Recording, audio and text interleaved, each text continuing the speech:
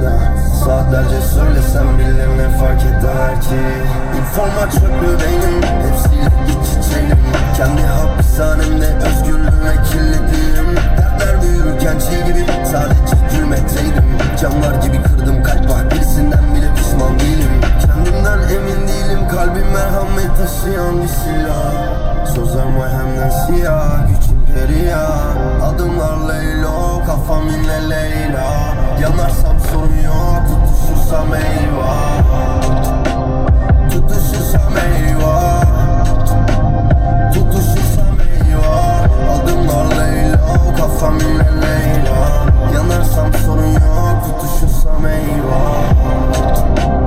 Tutuşursam eyvah. Tutuşursam eyvah. Adımlar Leylo, kararlıyım ben. Yanarsam sorun yok. Tutuşursam eyvah.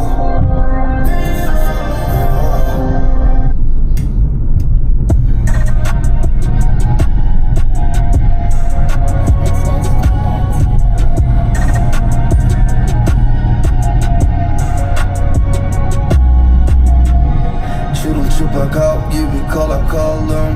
Belki de bıçak gibi yara aldım. Geceleri hep ismini sayıklarken ben kaçıncıya kendi yerime utandım. Ve kapandım içime ve ne kaldım.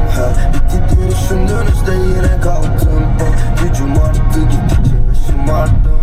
Çok abarttım, çok abarttım. Aşırıyı çok sevdiğimden tutuyorum yüksek onu.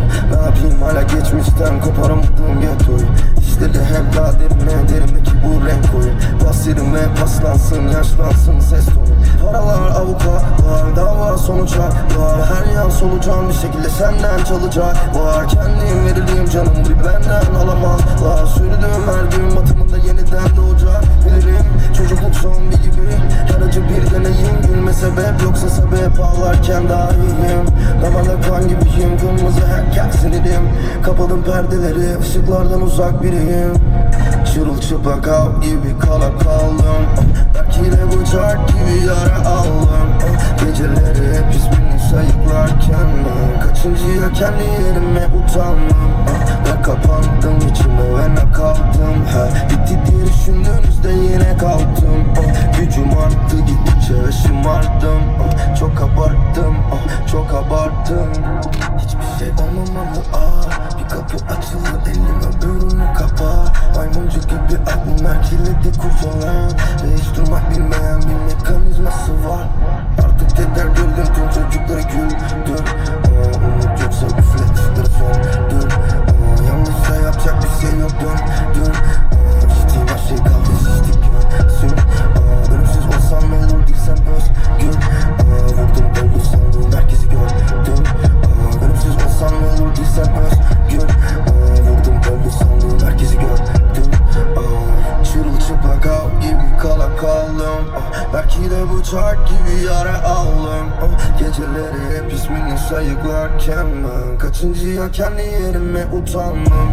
Ve kapandım içime ve ne kaldım. Bitti diye düşündüğünüzde yine kalktım. Gücüm arttı gittikçe şımardım. Çok abarttım,